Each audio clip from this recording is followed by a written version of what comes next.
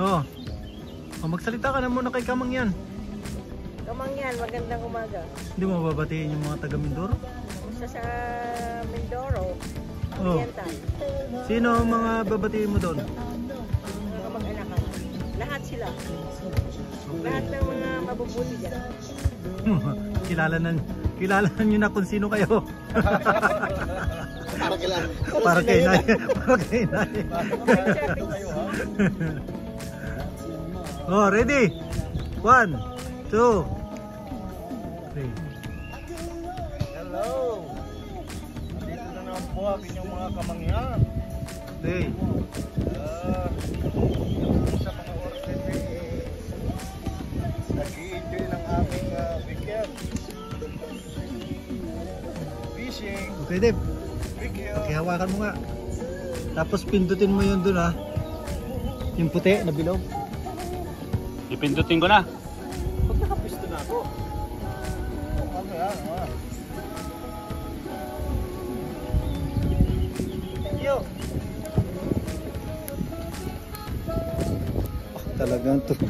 Talagang naka-close up pa yun, ha. Madilim pag Ikaw lang kinukunan ko. Okay, magpaalam na kayo. Uwi na tayo. Bye, mga kamangyan. Magandang umaga po sa inyo lahat. Nakilala ko po si Daryl through FCPC Church dito sa Chicago. It's a Filipino community. Ako po ay si Kokoy Fernandez, bunsong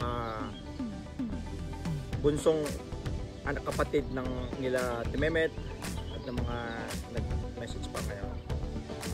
Si Daryl ay parang kapatid na rin po namin through FCPC, and also pag kami mag-gatherings po kami, lagi po namin siyang kasama. Tulad po ngayon, meron kaming picnic ngayon dito sa holiday po namin ngayong araw na to. Ito po yung unang holiday ng taon, Memorial Day. We miss Daryl. Most of the time kasama namin siya lagi sa mga gatherings na ganito. Si Daryl po ay isa sa mga ninang ng aking panganay. Kung nakita niyo po yung memorial service niya dito, isa siya na sa nagsalita doon sa service niya. Again, we miss Daryl. Gandang umaga po, si Bobong po ito, isa sa mga kapatid ni May. Ang masasabi ko lang po kay Daryl, tinuturing po namin isang kapatid. Nang dumating po kami rito galing sa Pilipinas year 1994, during that time Daryl the same time too, and we just met Daryl at the church, and we are in one group, we call it a single group in the church. That's what we are, meet Daryl, and after that that's the good relationship with us as our family. And also Daryl is she's a godmother of my second child, Hannah. And we miss her so much because we know Daryl, who she was. She's a very kind person and very down to earth, and I can say anything about Daryl. We miss her. And you guys down there, hopefully in the future we know Daryl family too. Sana magpatuloy po ang magandang relasyon natin bilang isang pamilya. Yun naman po ang masasabi ko. Sa inyo lahat, ingat po kayo. Magandang umaga po. Ako si Totoy Fernandez. Talagang ako hanggang ngayon na po ako'y nalulungkot sa pagkawala ni Daryl. Si Daryl po ay yan ay pamilya sa amin, no? Siya ang aming maid of honor nung ako'y kinasal kay Ruth in 1995. Since 1994 nakilala ko na siya sa church dito sa Chicago ang time na yon. At ang isang malaking part na kung bakit si Daryl ay napakahalaga sa akin ay dahil siya nagpakilala sa akin sa napangasawa ko, si Ruth. Magkasama sila noon sa trabaho dyan sa Aurora, at si Daryl kasama ko nga sa church. Natanong ko nga na, Daryl, wala ka bang kakilalang kasama dyan sa inyo na pwede mo ipakilala sa akin? At yun nga, meron sabi niya. At yun nga, one time pinuntahan ko kahit malayo yung Aurora noon. Yun, one weekend doon ko nakilala ang aking napangasawa through Daryl. So at si Daryl din ang ninang ng isa kong anak, yung panganay namin. Kaya si Daryl ay malaki ang kanyang partisipasyon sa pamilya ko. Finally si Daryl nakauwi na dyan sa Pilipinas. At siya po ay lagi namin maalala. Hindi po namin siya makakalimutan. God bless po sa inyo.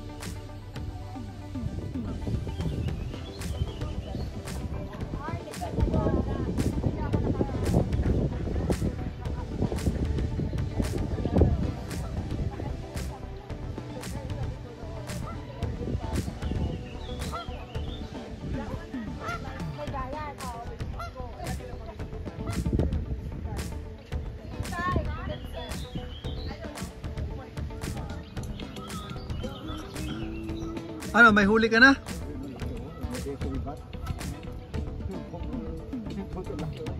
Asan?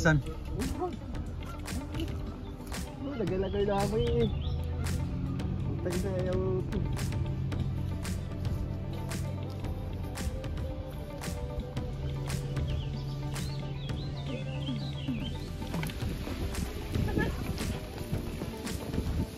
Buto pala to eh. Iwasan mo yung buto. Luto ano, di ba? Luto. May ganyan kami kutsilyo, may Bakit? Hindi. Ano na? Unang photo ng serya sa buto. Galit mo sa akin, hindi ka makaputol. Meron akong grinder doon. Ina-grind ko. Malilim na. Ano binutas?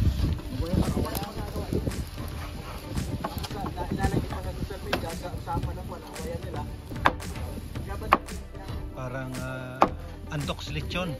Sa atin yung baliwag ano? Tsaka andox.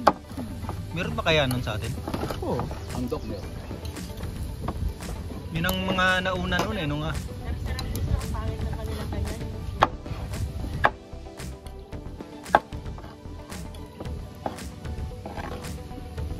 Ba't ka sabi mo maganda? Dito, ano meron dito?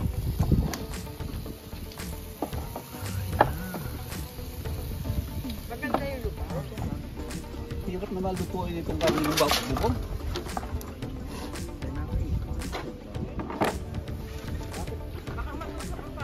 Oh, continue! Ikat mo na! Ang sarap ng sigla. Nga.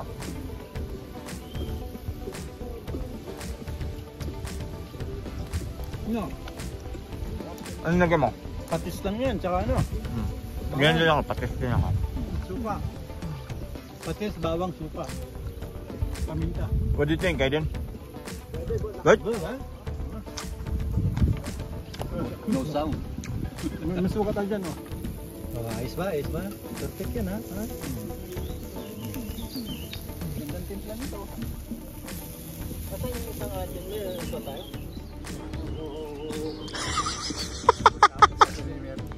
Kumusta kayo dyan? Mga kamangyan. Bati muna kayo dito.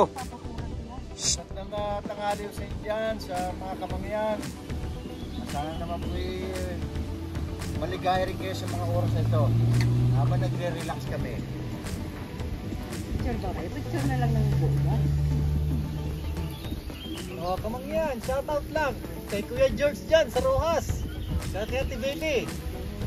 Kay Mark, kay Junjun. Kamangyan, pumunta kayo dyan. Pakicheck mo nga ng barbecue ko rin ito. Ayan, ang ganda luto. Oh. May close up mo naman. Close up yan eh. Ganda yan, oo. Ano maganda ni Gunso? Oo. Wala, parang wala. Pagkain. Ang ganda ng luto niyan. Mga pagkain. Ay, paruan ko si Kuan ni. Ito yung santo. Buto. Yun lang eh, kasi maraming sasakyan eh. Bakit? Iba na, kumbaga, Ayan, competition. Ang pagluluto. Ito, steak barbecue. Yung isa, ano yan to? Ayaw, makapal eh. Yan po, makapal yan. magkano pera nila? Check ang luto nito, oh. Magkano binigay mo pera? Ano, kung isa maganda yung nilasa uling. 90,000 yata. Tapos doon sa kabila doon, Bakit nila? huli pa ng isda para pang barbecue rin. Magkano ibayaran nyo na kami? Ito ang pera ko. Iihaw rin siya. Hindi nyo masisisi. Yan. Ito mga kamangyan, ayan. Dito kami pipishing.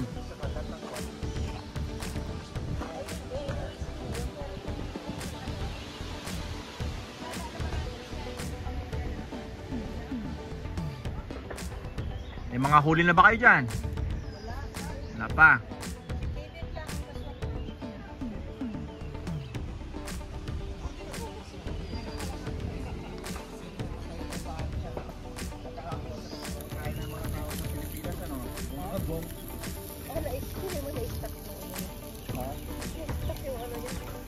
Nagkakamatayan ng mga tao. Bakit daw? Hindi kayo. Tapos una na hinailag, kasunod naman. Dalawa ulit namatay sa bungabong. Sino? Ang kanang umali. Yung pang kay Jojo, yung ama ni Jojo. Yung Namatay ba si Dwight? Yung siga ng bungabon. Nico George. Alam mo ba, Dave? Dave pangalan mo, di ba? Nung araw kami ngayon si George. Si George naka 45 yan. Hawak namin ang buong bungabon noon. Aba. Di nakakaingit pala kayo ng panahon. Basta walang pwedeng gumalaw sa iyo rito.